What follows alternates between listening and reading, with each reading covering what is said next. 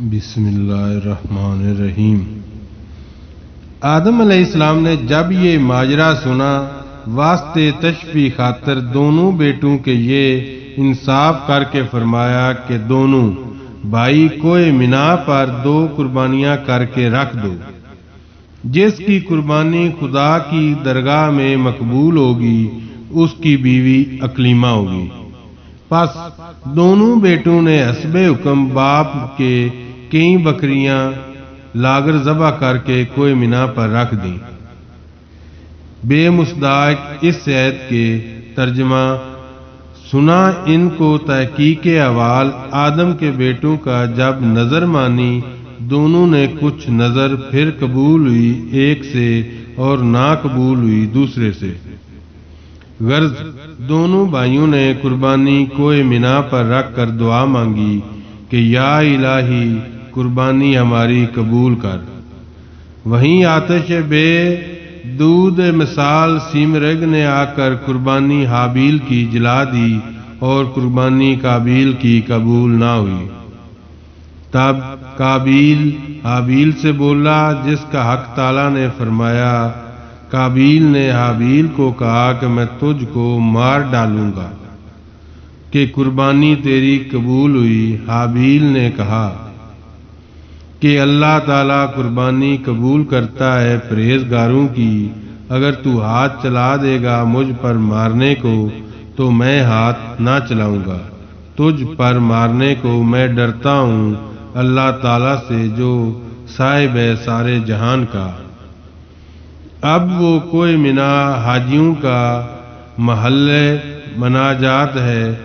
قربانی اب تک اسی جگہ پر ہوتی ہے۔ آدم علیہ السلام کے زمانے میں کوئے آتش حاکم تھی، جو چیز کے انصاف کے واسطے اس پر رکھ دیتے غیب سے آگ آ کر اسے جلا دیتی، تو خدا کی درگاہ میں یہ وہ مقبول ہوتی۔ اور حضرت نوح علیہ السلام کے ایام میں حاکم بخشی تھے، اس میں جھوٹ سچ معلوم ہوتا ہے۔ جو شخص ہاتھ اس پر رکھ دیتا، متقاسمین میں سے اگر کشتی ساکن رہتی تو وہ شخص سچا ہوتا اور اگر ہلتی تو دروغگو ہوتا۔ اور حضرت یوسف کے زمانے میں حاکم ایسا تھا جو اس پر ہاتھ رکھتا، اگر آواز نکلتی تو وہ جھوٹا ٹھہرتا اور اگر آواز نہ نکلتی تو وہ شخص سچا ہوتا۔ اور حضرت داؤد علیہ السلام کے وقت میں حاکم زنجیر تھی، آسمان سے لٹکتی ہوئی، جو متعصمین میں سے اس پر ہاتھ ڈالتا وہ زنجیر اس کے ہاتھ میں آ جاتی تو وہ راست گو ہوتا اور اگر نہ آتی تو جھوٹا ٹھہرتا۔ اور حضرت سلیمان علیہ السلام کے عہد میں حاکم سوراخ سومنا کا ہاتھ متعصمین پر کہ پاؤں اس میں ڈالے، اگر پاؤں اس میں نہ اٹکتا تو وہ شخص سچا ہوتا، اگر پھنس جاتا تو وہ دروغگو ٹھہرتا۔ اور حضرت زکریہ علیہ السلام کے زمانے میں قلم یعنی تھا، قلم کو حکم ہوتا کہ نام اپنا لکھ کر پانی میں ڈال دو، اگر وہ پانی پر تیرتا تو وہ آدمی سچا ہوتا، اگر ڈوب جاتا تو وہ جھوٹا ٹھہرتا۔ اور جب حضرت محمد صلی اللہ علیہ وسلم کا وقت پہنچا تب حق تعالیٰ نے ان سب احکام گزشتہ کو منسوخ کر کے گواہوں پر رکھا اور آن حضرت صلی اللہ علیہ وسلم کو فرمایا، اے محمد صلی اللہ علیہ وآلہ وسلم، جھوٹے اور سچے کو میں خوب جانتا ہوں، جو سچا ہوگا اس کو جزا نیک ملے گی اور اگر جھوٹا ہوگا جزا اس کی بد ملے گی۔ یہ بدلہ ہے پورا جو عمل کرتے ہیں دنیا میں۔ پس حاصل کلام حابیل قابیل دونوں بھائی کوئے منا پر قربانی دے کر باپ کے پاس آئے۔ آدم علیہ السلام نے فرمایا، اے قابیل تیری بہن اکلیمہ اب حابیل پر حلال ہوئی اور تجھ پر حرام۔ قابیل اس بات کو سن کر اس کو مار ڈالنے کی تدبیر میں رہا اور وقت فرصت پر نگاہ رکھتا تھا کہ کیوں کر اس کو دفع کریں، اور اس زمانے تک کسی نے خون ریزی نہیں کی تھی مگر قابیل نے حابیل کو ناحق مارا تھا۔ ایک روز قابیل نے حابیل سے کہا، میں تجھ کو مار ڈالوں گا اس واسطے کہ تیرے سب فرزند کہیں گے کہ قربانی ہمارے باپ کی قبول ہوئی، تمہارے باپ کی نہیں۔ حابیل نے کہا، اے بھائی، اس میں میری کیا تفسیر ہے؟ خدا عادل ہے۔ اچھا، اگر تو مجھے مارے گا تو میں تجھ کو نہیں ماروں گا، حق برداری کا بجا لاؤں گا، مگر تو روز حشر عند اللہ ماخوذ ہوگا اور مستوجب دوزخ ہوگا، اور میں خلاصی پاؤں گا۔ وہ اس بات کے سنتے ہی اور بھی اس کا دشمن جانی ہوا۔ ایک روز ایسا اتفاق ہوا کہ حضرت آدم علیہ السلام حج کو گئے۔ قضاء الہی سے ایک روز قابیل نے حابیل کے بکری خانے کے پاس جا کر دیکھا، وہ منگل کا دن تھا، کہ حابیل اس میں سوتا ہے۔ اس میں متردد ہوا کہ اس کو کس طرح مار ڈالوں۔ قضاء الہی سے اسے گریز نہ تھا۔ اس میں شیطان بے صورت ایک شخص کے ایک سانپ ہاتھ میں لے کر سامنے قابیل کے آ کر ایک پتھر زمین سے اٹھا کر سانپ پر مارا، اور سانپ مر گیا اور وہاں سے غائب ہو گیا۔ تب قابیل نے ابلیس لعین سے تعلیم پا کر ایک پتھر زمین سے اٹھا کر حابیل کے سر پر مارا۔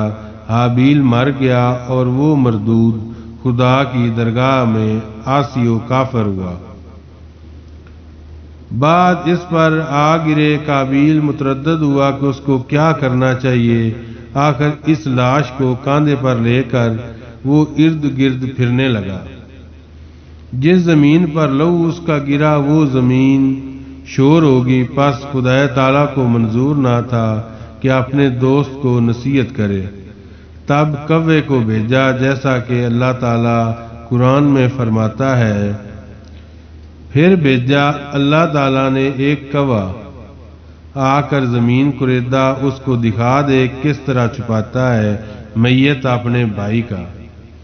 خلاصہ یہ ہے کہ وہ کوا اللہ تعالیٰ نے بھیجے، وہ دونوں آپس میں لڑے، ایک نے دوسرے کو مار ڈالا۔ بعد میں اپنے چنگل اور منکار سے زمین کو کھود کر قبر کی مثال بنا کر اس میں اس کوے کو گاڑ کر چلا گیا۔ پس قابیل نے کہا، قرآن میں ہے، قابیل بولا، اے خرابی، مجھ سے اتنا نہ ہو سکا کہ ہو جاؤں برابر اس کوے کے کہ میں چھپاؤں عیب اپنے بھائی کا۔ پھر لگا پچھتانے۔ سورہ مائدہ میں تفسیر میں لکھا ہے کہ اس سے پہلے کوئی انسان نہیں مرا تھا کہ جس سے معلوم ہوتا کہ مردے کے بدن کو کیا کرنا چاہیے۔ قابیل حابیل کو مار کر ڈرا کر اس کا بدن پڑا رہے گا تو لوگ دیکھ کر مجھ کو پکڑیں گے، تب اس کو مانند پچھتاوے کے باندھ کر کئی روز لیے پھرتا رہا۔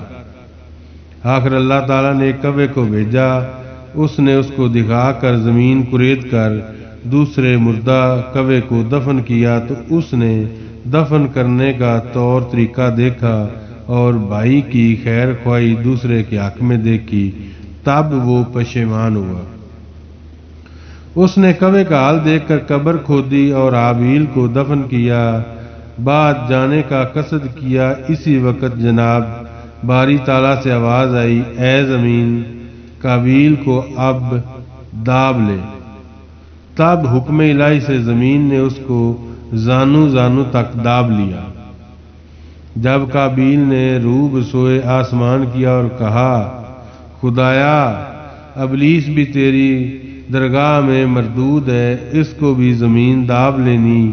آواز آئی، اے ملعون، ابلیس نے اپنے بھائی کو خون ریزی نہیں کی تھی۔ وہ پھر بولا، خدایا، میرا باپ بھی گندم کھا کے عاصی ہوا تھا، اس کو بھی زمین میں دفن کر دیتے۔ پھر جناب باری تعالیٰ سے اس پر عتاب ہوا، اے مردود، تیرے باپ نے قطع صلہ رحم کب کیا تھا جیسا کہ تو نے کیا؟ پھر قابیل کو سینے تک زمین میں دبا لیا۔ جب اس نے کہا، یا رب قسم ہے تیری کہ میں نے اپنے باپ سے سنا کہ میری توبہ اس کلمہ کی برکت سے قبول ہوئی جو میں نے عرش پر لکھا دیکھا ہے، لا الہ الا اللہ محمد رسول اللہ۔ اس کلمہ کی برکت سے میرے گناہ بخش دے۔ پھر ندا آئی، اے زمین اس کو چھوڑ دو۔ تب اس نے چھوڑ دیا۔ بعد اس کے اللہ تعالیٰ نے ایک فرشتے کو سوار کی صورت پر قابیل کے پاس بھیجا، اس نے اس کو نیزہ سے مارا۔ پھر اللہ جل شان نے اس کو زندہ کیا، پھر مارا، پھر زندہ کیا۔ اسی طرح حال اس کا روز قیامت تک رہے گا۔ جب مکہ سے حضرت آدم تشریف لائے، حابیل کو بہت تلاش کی مگر نہ پایا۔ بعد لوگوں سے پوچھنے لگے، کسی نے جواب دیا چند روز سے معلوم نہیں کہاں گیا۔ آخر حضرت آدم علیہ السلام نے ان کے لیے کھانا پینا سونا سب ترک کیا اور شب و روز ان کے غم فکر میں رہتے۔ ایک روز صبح کو خواب میں دیکھا کہ حابیل الغیاس ہو، اے پدر پکارتا ہے۔ حضرت آدم نیند سے چونک اٹھے اور زار زار رونے لگے۔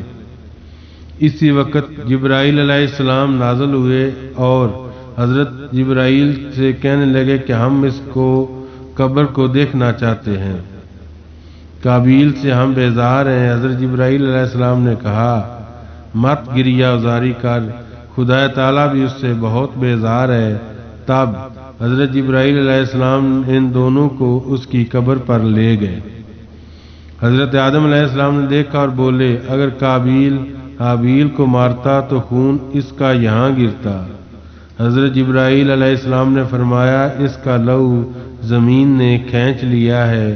حضرت آدم علیہ السلام نے کہا، لعنت خدا کی اس زمین پر کہ خون میرے فرزند کا پی گئی۔ تب زمین نے خون اس کا اگل دیا اور یہ دیکھ کر حضرت آدم حوا نے قبر اس کی کھود کر اسے نکالا، دیکھا کہ مغز اس کا نکلا پڑا ہے اور خون سے تار بتار اور آلودہ ہو رہا ہے۔ یہ حال دیکھ کر اور بھی بہت سا دونوں روئے اور ان کے رونے سے آسمان کے فرشتے بھی روئے۔ آخر حضرت آدم علیہ السلام حابیل کی لاش کو تابوت میں بند کر کے اپنے مکان پر لائے۔ اور روایت کی ابن عباس رضی اللہ تعالیٰ عنہ نے کہ حضرت آدم علیہ السلام نے 40 روز تک اس تابوت کو تمام عالم کے گرد پھیرایا۔ جس موضع میں وہ جاتے وہ موضع یہ ظلم دیکھ کر ماتم کرتا اور ہوش و طیور اور پرندے بھی اس حال پر گریہ زاری کرتے اور کہتے کہ بھاگنا چاہیے انسان سے کہ وہ بے وفا ظالم اپنے بھائی کو مار ڈالتے ہیں۔ بعد اس کے حضرت آدم علیہ السلام نے حابیل کو اپنے مکان پر لا کر دفن کیا اور اس وقت ان کے فرزند 120 تھے اور اس وقت سوائے حابیل کے کوئی بھی نہ مرا تھا۔ سب بیٹوں نے تب اپنے باپ کے پاس آ کر عرض کی کہ ہم کچھ روپے پیسے چاہتے ہیں تاکہ اس سے کماویں اور سوداگری کر کے کھاویں۔ تب جبرائیل علیہ السلام نے ایک مٹھی سونا اور ایک مٹھی چاندی لا دی۔ حضرت آدم علیہ السلام نے فرمایا، اس قدر چاندی سونے سے ہمارے فرزندوں کا کیا بنے گا؟ وہ اس سے تجارت کر کے کھاویں۔ پس غیب سے آواز آئی کہ سونے چاندی کو پہاڑوں میں ڈال دے تاکہ وہاں سے تھوڑا تھوڑا نکال کر بے قدرے حال اپنے تجارت کر کے کھاویں تو وہ قیامت تک کم نہ ہوگا۔ پس بعد 1000 سال کے حضرت آدم بیمار ہوئے اور کھانے کے لیے مختلف اقسام کے میووں کی بیٹوں سے فرمائش کی۔ سب بیٹے میوے لانے کے لیے گئے مگر حضرت شید علیہ السلام تیمارداری میں باپ کی خدمت میں حاضر رہے۔ جب ان لوگوں کے آنے میں تاخیر ہوئی تو حضرت شیش علیہ السلام کو حضرت آدم علیہ السلام نے فرمایا کہ تو اس پہاڑ پر جا کر دعا مانگ تو حق تعالیٰ تیری دعا کی برکت سے میرے لیے میوے بھیجے گا۔ حضرت شیش علیہ السلام نے کہا آپ میرے والد بزرگ ہیں، آپ کے دعا مانگنے سے حق تعالیٰ اپنے رحم و کرم سے بے شک ضرور میوے بھیجے گا اور آپ کی دعا اللہ تعالیٰ کی درگاہ میں قبول ہے۔ حضرت آدم علیہ السلام نے فرمایا کہ میں خدا کی درگاہ میں شرمندہ ہوں بیس گندم خوری کے اور تم پاک صاف ہو۔ تب انہوں نے حسب الحکیم باپ کے وہاں جا کر دعا مانگی، دیکھا کہ حضرت جبریل علیہ السلام ماں ایک طبق زریں، اس میں طرح طرح کے میوے جیسا کہ امرود، سیب، نارنجی، لیمو، انگور، انجین وغیرہ کو اس میں رکھ کر اور دوسرا طبق زر سرخ کا اس پر ڈھام کر ایک حور کے سر پر رکھ کر لائے۔ حور اپنے چہرہ سے نقاب کھول کر سامنے حاضر ہوئی۔ حضرت آدم علیہ السلام نے حضرت جبرائیل سے پوچھا یہ حور کس کے لیے؟ حضرت جبرائیل علیہ السلام نے کہا حق تعالیٰ نے اس حور کو بہشت سے حضرت شیش کی زوجیت کے لیے بھیجا ہے، کیونکہ سب فرزند تمہارے سوائے اس کے جفت پیدا ہوئے ہیں۔ بعد نے روایت کی ہے کہ وہ حور پھر بہشت میں چلی گئی اور ان کے لیے قیامت تک بہشت میں منتظر رہے گی۔ اور مصنف اس کتاب کا لکھنا ہے کہ حضرت آدم علیہ السلام نے اس حور کی شادی حضرت شیش سے کر دی اور اس حور کی عربی زبان تھی، جو فرزند اس سے پیدا ہوتا وہ عربی بولتا، اور حضرت محمد صلی اللہ علیہ وآلہ وسلم اس کی نسل سے ہیں۔ پس حضرت آدم علیہ السلام نے اس میوے سے کچھ آپ کھایا، کچھ بیٹوں کو دیا۔ جس نے اس میوے کو کھایا فاضل تر اور دانا و بینا ہوا۔ تب حضرت آدم علیہ السلام نے اپنے بیٹوں کو وصیت کی اب قریب ہے کہ میں دنیا سے کوچ کروں گا، حضرت شیش علیہ السلام قائم مقام میرا رہے گا، تم سب اس کی فرما برداری کیجیے اور اس پر ایمان لائیے۔ تب انہوں نے حضور میں اقرار کیا۔ اس کے بعد حضرت آدم علیہ السلام نے اس دنیا سے رحلت فرمائی۔ بیٹے باپ کی مفارقت میں بہت روئے، نماز جنازہ کی پڑھ کر دفن کیا، 2 سال تک باپ کی قبر پر حاضر رہے، بعد جدا ہو کر اپنے اپنے گھر گئے۔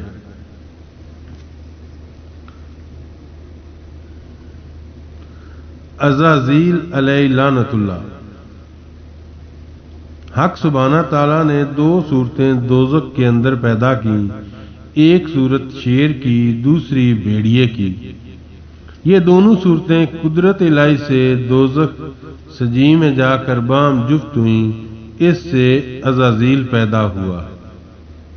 اس نے وہاں 1000 سال تک خدا تعالیٰ کو سجدہ کیا، پھر اس کے بعد ہر طبقہ زمین پر 1000 سال عبادت کر کے زمین اور دنیا پر آیا۔ حق سبحانہ تعالیٰ نے اس کو 2 بازو زیر و جد سبز کے عنایت کیے، تب وہاں سے اڑ کر آسمان اول پر آ گیا۔ وہاں 1000 برس تک خدا تعالیٰ کو سجدہ کیا، تب اس کا نام خاشع ہوا۔ وہاں سے دوسرے آسمان پر گیا، پھر 1000 سال خدا تعالیٰ کو سجدہ کیا، وہاں رہنے والوں نے اس کا نام عابد رکھا۔ پھر تیسرے آسمان پر جا کر 1000 سال تک رب العالمین کو سجدہ کیا۔ حاصل کلام یہ کہ ایک کف دست کے برابر جگہ زمین و آسمان میں باقی نہ رہی جہاں اس نے اپنا سر نہ جھکایا ہو۔ بعد عرش مولا پر جا کر 6000 برس سے حق تعالیٰ کی پرستش کر کے ایک مقام پر سجدے سے سر اٹھا کر جناب باری تعالیٰ کو عرض کی، خدایا مجھے لوح محفوظ پر اپنے فضل و کرم سے اٹھا لے تاکہ میں تیری قدرت دیکھوں اور تیری عبادت زیادہ کروں۔ جناب باری تعالیٰ سے حکم ہوا اسرائیل فیل علیہ السلام پر کہ اسے اٹھا لے۔ جب وہ لوح محفوظ پر گیا، نظر اس کی نوشتے پر جا پہنچی، اس میں لکھا تھا بندہ خدا 6 لاکھ برس تک اپنے خالق کی عبادت کرے اور ایک سجدہ خدا کا نہ کرے تو خدا تعالیٰ اس کی 6 لاکھ برس کی عبادت کو کرے اور ایک سجدہ خدا کو نہ کرے تو خدا تعالیٰ اس کی 6 لاکھ برس کی عبادت کو مٹا کر سب مخلوقات میں نام اس کا ابلیس مردود مرجوم رکھے گا۔ عزازیل اس کو پڑھ کر وہیں 6 لاکھ برس تک کھڑا ہو کر رویا۔ جناب باری تعالیٰ سے آواز آئی، عزازیل، جو بندہ میری اطاعت نہ کرے، میرا حکم بجا نہ لائے، سزا اس کی کیا ہے؟